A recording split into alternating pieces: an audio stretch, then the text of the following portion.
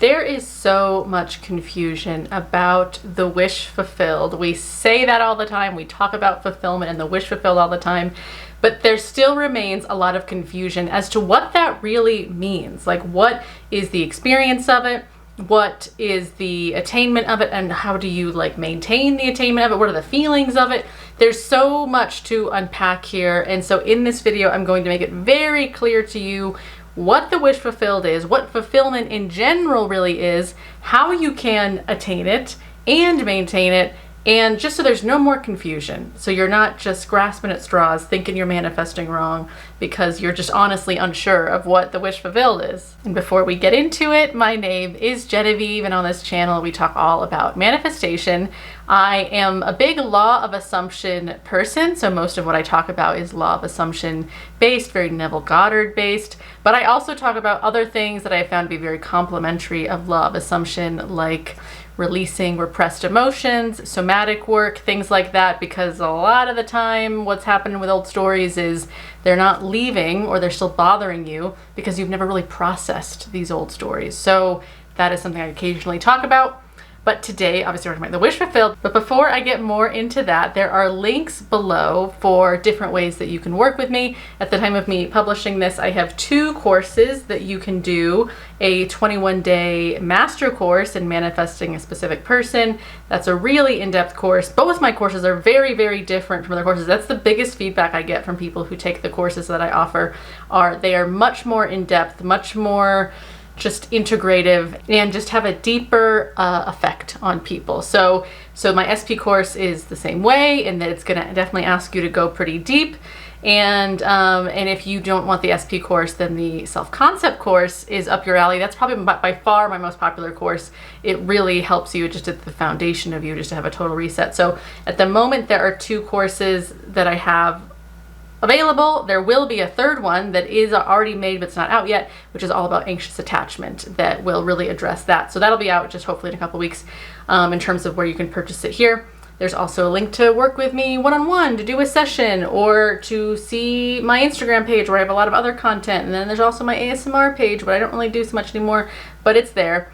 So that's all available to you, so please check those out. Also, please like and subscribe this video. I almost never remember to say that, but it really does help, obviously, you to find me again, but then also the algorithm to give me to other people if you like this video and subscribe to my channel. So that's that. So we've cleared up those sorts of things. Now let's get into what is this wish fulfilled everyone's trying to get you to get into. So all the wish fulfilled is a belief. It's a conviction. It's a knowing. It's a belief. That's why it's called the law of assumption, because what you assume, what you genuinely assume and believe, not what you're trying to assume and believe, but what you genuinely assume and believe about yourself, about the world, about other people, that is what comes to pass for you. So that is what we're working with here, is beliefs. So because manifestations happen as a cause of your genuine beliefs about yourself, then what is wish fulfillment not? Well, wish fulfillment is not your feelings. Your emotions aren't really in the wish fulfilled. And I'm going to explain what Neville Goddard meant by the feeling is the secret. It is not your emotions. It is not being happy and high vibe and like never bothered and just so confident and above everything all the time. It is also not performative, because I think a lot of people too, when I see them come into manifestation at the beginning of their journey, they go into this like performative, like, I'm just going to be so confident, I'm going to prove everybody wrong, and I'm going to glow up so hard. And honestly, that kind of thing that people do sometimes is a little bit of a trauma response. When you feel like you need to glow up and like prove everybody wrong and like be really confident and like be the best you've ever been, that is often a reaction to a deeply, deeply held deficiency story inside of you that says, I'm not enough, everyone's betrayed me, I need to like do something big, I need to be the best, I need to like overcome this by having this huge glow up. So now I'm gonna be super confident and have this strict schedule for myself and work out 2 hours a day and like blah, blah, blah. And often again, it is a trauma response. You are so hurt, or you're so angry, or you're so something happened to you deep in here that you're not dealing with, and so you're trying to deal with it egoically by just being like, well, I'm just going to show them and just like glow up or whatever. So that's not the wish fulfilled. Being performatively overly confident, or forcing yourself to do a strict regime because you feel like you have to like have this glow up or to manifest what you want. No. Manifestations happen honestly very simply. That's why this video started so simply, with me just saying the wish fulfilled is a belief. It's an assumption. It's something that you take as fact, or at the very least very, very likely for you, if not fact. But it's like, it's just a belief that you hold. That's all it is. And it doesn't matter if you feel positively about the belief or negatively about the belief, because I'm sure you've all experienced that both ways. It doesn't matter what your feelings are around the belief. It matters what the belief itself is, and that is what manifests. And what I mean by that is, if you're really afraid of something particular happening, and it's something bad, and so you're really afraid of it happening, it's not your fear that causes it to happen. It's that you're taking the scenario so seriously. It's that you are really believing in, oh my God, it's so likely that could happen, or it's probably going to happen, or it would be the worst thing if it happened. The narrative, the belief, the thing you've got around this thing that you're so afraid of, that is what causes it to manifest. Your belief in it is what would cause it to manifest, not your feelings about it. And the same goes for positive stuff. It's not because you were feeling positive about it that it manifested, although partly, I guess, because your positivity might be in part because you were believing in the message that you like, so it's making you feel positive as a result. But it's not your happiness or whatever that's causing it to manifest. It's that you genuinely think, yeah, that's going to manifest, and I'm really excited that it's going to manifest. Like, I really know that it's mine, and I just know it. It's just a known thing, and therefore the after effect of knowing is that you genuinely feel a little more positive, a little happier, a little more naturally confident, not performatively confident, but just a little more naturally stable within yourself. So when Neville Goddard said that the feeling is the secret, in terms of like feeling into your belief to manifest it, he meant feeling into conviction is really what he meant. He meant feeling into sureness that it's going to happen, leaning into just total surrender, that you know whatever you're now choosing to believe is the right belief, in terms of it's going to happen for you, and it's safe to believe it, it's good to believe it, it feels natural to believe it. That's another big thing that Neville talks about a lot, is naturalness, in terms of that this thing that you're adopting, this new assumption, this new belief, that it feels natural to you. It doesn't feel forced. It doesn't feel like something you're trying really, really hard to get. It just feels like oh yeah, I can get on board with that. I believe that. That's going to happen. I feel good about that.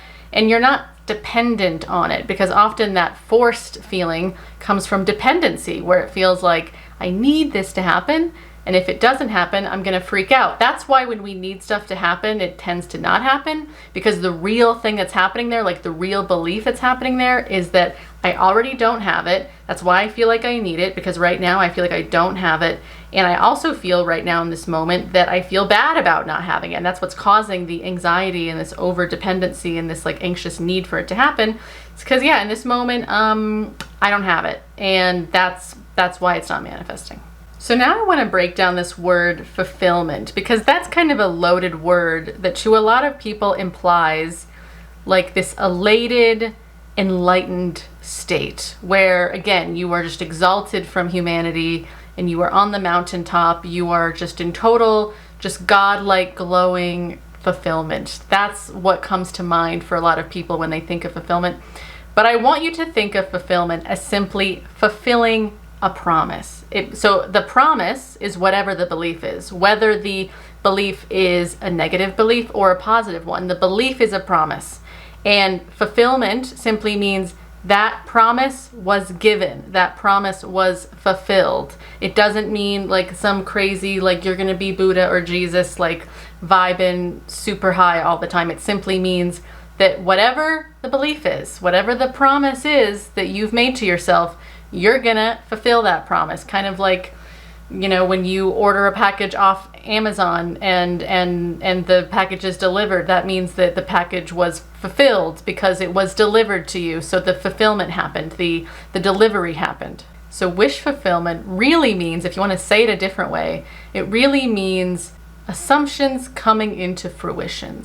beliefs being made real. That's basically what the wish fulfillment means. And again, there's technically fulfillment in a negative belief or a positive belief. It's just the delivery of. So your negative beliefs are also seeking fulfillment. Their manifestation, the receiving of the negative thing that was your fear or your negative belief, the receiving of that is fulfillment to that negative belief. That the negative assumption, it likes that fulfillment. It likes having its belief delivered to itself. So that is fulfillment. I guess I'm saying this to remind you that fulfillment doesn't always need to be positive. It's not, again, this exalted thing. Fulfillment is simply having whatever you believed confirmed, delivered to you. So now, when we say that you get inner fulfillment first before the 3D changes, and especially if you watch me a lot, you know I say that all the time, that this really is about staying in self-contained, self-sustaining fulfillment, where it's like you on you, knowing, yes, I am that. Yes, I am that. And it's this I am that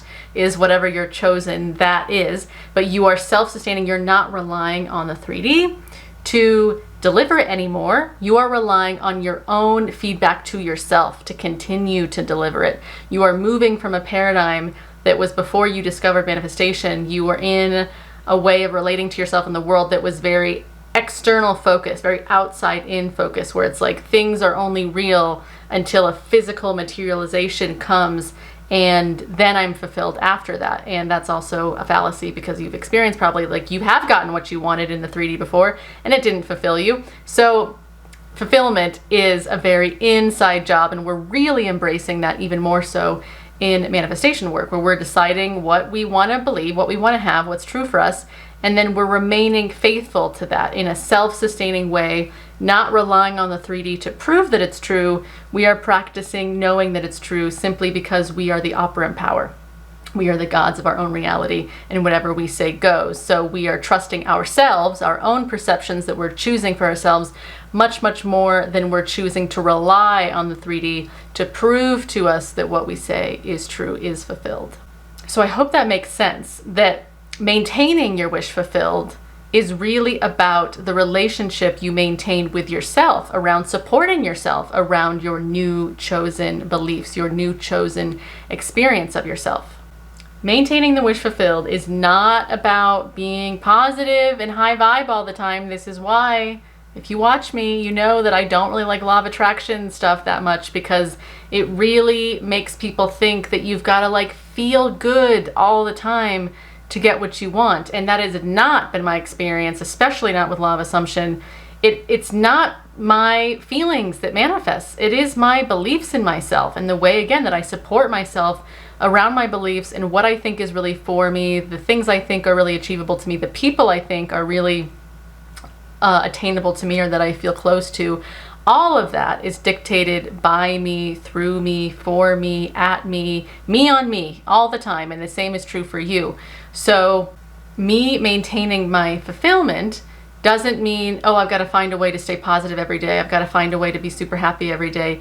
Me maintaining my fulfillment is never making anything that I think or feel wrong. I never take any feedback, whether it's an external piece of feedback or an internal piece of feedback, and I witness it and I make it mean, oh, because I had that thought today, that means shit's not working out for me. I never do that. I would never take a feeling that I have or a thought that I have and turn it into proof or evidence that the old story is still alive. I work with myself that no matter what I think or what I feel, that all of it is just a bridge to the new story, the new reality that I am already stepping into, and I'm just learning how to inhabit that new reality. I'm saying it in this way because it lessens interacting with yourself in this way, lessens your resistance hardcore. It lessens your resistance to yourself hardcore, lessens your resistance to the 3D hardcore, because you are no longer being so reactive to the 3D. Even if you do have a reaction to the 3D, you're not making it mean anything. You're practicing being neutral to the 3D. And to yourself especially, you're no longer making yourself wrong. You're no longer gaslighting yourself into thinking there's like some special formula you have to like strictly follow and it's like super hard and you've got to be positive and all this stuff. It really is how you relate to yourself, what you believe about yourself, and how you treat yourself around those beliefs is what manifests. And you're just embracing the process of you becoming even more self-trusting and even more just knowing of yourself as the operant power. So maintaining your fulfillment, your wish fulfillment, is really about how are you treating yourself all the time. Are you treating yourself like you believe that you're really loved? Are you treating yourself like you really believe that you're unconditionally chosen and that you are always going to get what you want and that everything really is genuinely working out for you? When you genuinely believe that everything's working out for you, are you treating yourself like you really believe that? Are you working with yourself that even the parts of you that come up that are sad or that are upset or are angry, when those parts of you come up, are you abandoning yourself and shaming those parts of you and spiraling in the old narrative because you had an old emotion? Or are you saying to yourself, even this part of me is welcome in the wish fulfilled. Even in this part of me, I am going to be delivered my manifestation because it doesn't matter what I think or feel. I know what's happening. I know it's true. And therefore, that's what's up. The last thing I'll say about this is the reason that a lot of meditations or, techniques are kind of geared around like going into feeling the experience of having what you want, like having that relationship you want or having the life, the money, the body that you want. The reason that is because that's supposed to heighten your sense of naturalness towards that experience. Because again, it's not the knowing of the experience itself that causes it to manifest. It is your belief that you can have it. So I guess I'm saying this as like, yes, it's good to go into meditations in which you are experiencing the having of it. And I even have a meditation below that is kind of about that, experiencing the naturalness of having it so that it feels easier to assume that you have it. But that's not the full thing. It's not just having the experience of having it. It's the knowing that you not only can experience having it internally, but you also really do have it. Like you've got to know this is real. Like this is why I say in my videos, who's the you behind the techniques that you're doing? Are you doing the techniques because you still don't think you have it and you just want to like obsess over this experience to try to make it happen? Is that the you you're being? Or is the you you're being knowing, I already have this, it's already guaranteed, and now I'm just going to do this meditation to sink into the naturalness of the experience of it. So there's a difference there, and I want you to pay attention to that. So I hope this cleared up what fulfillment really is, what wish fulfillment really is in manifestation. It simply means the delivery of whatever you genuinely believe. If it's good or bad, it will be fulfilled if you believe it. It's simply just your beliefs that you genuinely hold that are manifesting. Again, if you don't genuinely believe what you want to believe yet, then you got to work with yourself around that. You've got to start practicing treating yourself like you are worth believing in your new story and handling and processing properly the old story when it does come up. And I have other videos where I'll talk more about that, or I already have a few, but I'll make more, where you can process the old story properly so that it's no longer so powerfully derailing you from simply accepting in a genuine way that you really do have whatever you want to have. So that's that. Let me know your thoughts and questions in the comments below. Let me know other topics you'd like me to talk about or questions you want me to address, and I will talk to you very soon in my next video. All right, bye.